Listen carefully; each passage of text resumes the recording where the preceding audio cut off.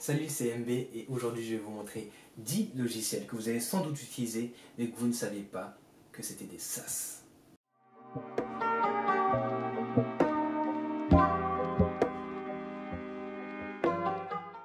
On va commencer avec WhatsApp, créé en 2009 et racheté par Facebook en 2014. En 2019, c'était plus de 19 milliards de dollars. On utilise tous WhatsApp pour parler avec des personnes du monde entier sans payer de frais. Donc voilà, ça montre vraiment la puissance d'une SaaS et l'avenir que ça a, parce que WhatsApp ne va pas s'arrêter maintenant.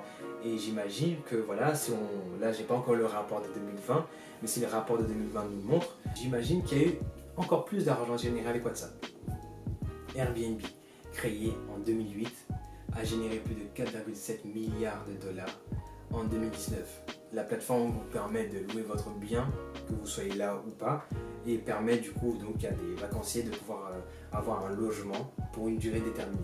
C'est vraiment un système de SaaS bien particulier. La troisième application que tu as déjà utilisée et que j'en suis sûr que la plupart d'entre vous ont un compte Prime, c'est Amazon.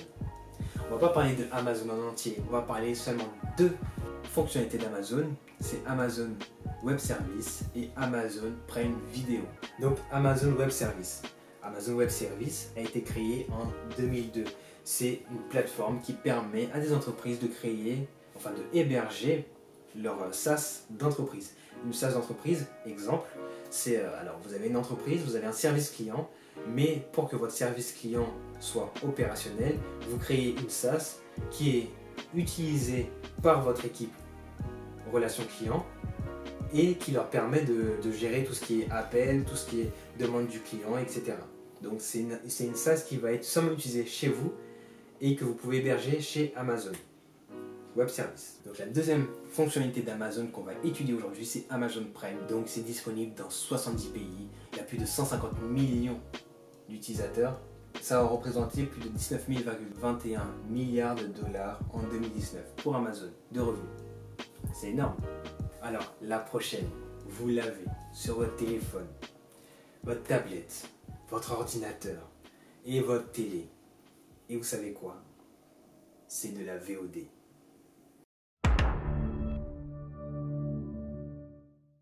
Et oui, je parle bien de Netflix. Netflix qui a été créé en 1997. Avant, il faisait de la location de DVD et de VHS. Aujourd'hui, ça représente plus de 188 millions d'utilisateurs dans le monde et ça a généré plus de 20,16 millions, enfin milliards de dollars en 2019. Milliards de dollars. Donc c'est énorme. C'est une application que vous utilisez sur votre téléphone à peu près partout au final et que c'est une SaaS. Donc, à méditer. Alors, maintenant, qui n'a jamais utilisé son compte Google? Très peu de gens. Très peu de gens n'utilisent pas leur compte Google. Parce qu'au final, maintenant Google, on est obligé de l'avoir pour aller sur YouTube, on est obligé d'avoir un compte Google pour faire énormément de choses. On est étudiant, on a besoin d'aller justement sur Google Drive, pour faire son groupe, etc. C'est important. C'est important d'avoir Google. Savez-vous que la suite G Suite de Google est une SaaS? Donc c'est une application, hein, mais en mode SaaS. Ce qui se passe, un exemple, je peux vous donner l'exemple du Drive. Le Drive, vous ne le payez pas tant que vous ne dépassez pas les 100 gigas gratuits. Dès que vous dépassez 100 gigas mis sur votre Drive, vous allez devoir payer mensuellement un prix ou annuellement. Alors, G Suite, créé en 2006, a plus de 2,6 milliards d'utilisateurs. C'est énorme, mais c'est normal, c'est Google, c'est YouTube. Et je tiens à le dire que je suis bien content d'avoir ça parce qu'au final, il y a énormément de facilité à avoir ces outils-là. La prochaine application que vous avez sans doute utilisée ou que vous utilisez actuellement, c'est Spotify. Donc la référence musicale parce que donc il y a plus de 50 millions de musiques enregistrées sur Spotify. Et ce qui se passe, c'est que ça a été créé en 2006 et ça a généré plus de 6,76 milliards de dollars en 2019. Spotify, j'aime bien leur système parce que vous avez envie d'y aller par rapport aux récompenses qu'ont les artistes. Par exemple, ils reçoivent des trophées dès qu'ils atteignent un certain nombre de streaming sur la plateforme. Et ça incite les gens à aller dessus. Donc ça c'est cool, et il y a aussi pas mal de choses qui sont uniquement sur Spotify. Donc voilà. La prochaine application, c'est Shopify.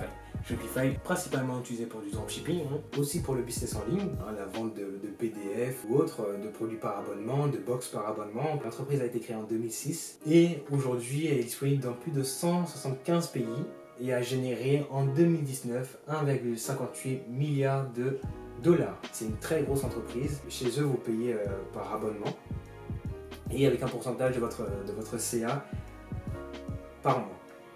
Donc la prochaine application, c'est Slack. Vous l'avez peut-être utilisé pendant le confinement pour parler avec votre équipe, votre classe. Alors c'est une application que j'aime bien particulièrement parce qu'en fait on peut faire énormément d'intégration. Donc c'est-à-dire qu'on peut communiquer avec son équipe mais intégrer d'autres logiciels qu'on a moyennant un abonnement mensuel ou annuel. Donc par exemple, vous pouvez connecter votre compte Gmail ou votre Drive pour recevoir directement des notifications sur Slack dès qu'il y a une modification. Donc je trouve ça très cool et très pratique.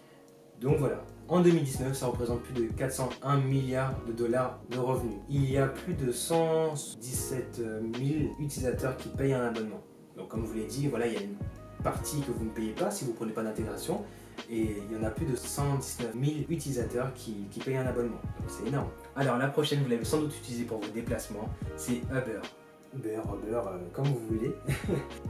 Uber, qui a été créé en 2009, a plus de 22,263 pour être exact employés dans le monde. Ça a généré plus de 14,15 milliards de dollars en 2019. C'est une entreprise qui monte énormément et récemment en plus Uber Eats, donc une filiale de Uber, a été le sponsor officiel de la Ligue des Champions, donc au final encore plus de revenus.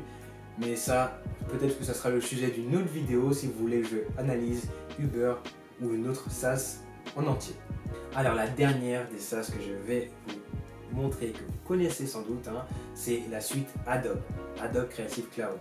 Donc ça a été créé en 2011. Ça a plusieurs versions de software, je peux vous en citer quelques-uns comme Premiere Pro, Photoshop, After Effects. Il y en a d'autres nouvelles là récemment, ils ont rajouté de la réalité augmentée, des applications de réalité augmentée. Donc il y a énormément d'applications que vous pouvez avoir dans un pack au final, enfin en fonction de vos envies, de votre utilisation, mensuellement donc, ou annuellement. C'est très cool.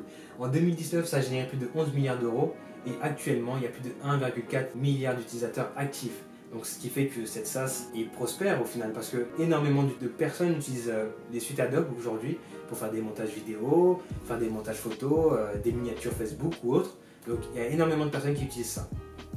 Alors voilà, je vous ai fait le tour des 10 SaaS que j'imagine que vous avez utilisé une fois, au moins une fois, dans votre vie.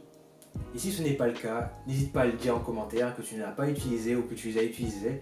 J'espère que la vidéo t'a plu. N'hésite pas à mettre un like, un commentaire, t'abonner et activer la cloche pour ne rien rater des prochaines vidéos. C'était MB et je te souhaite une excellente journée.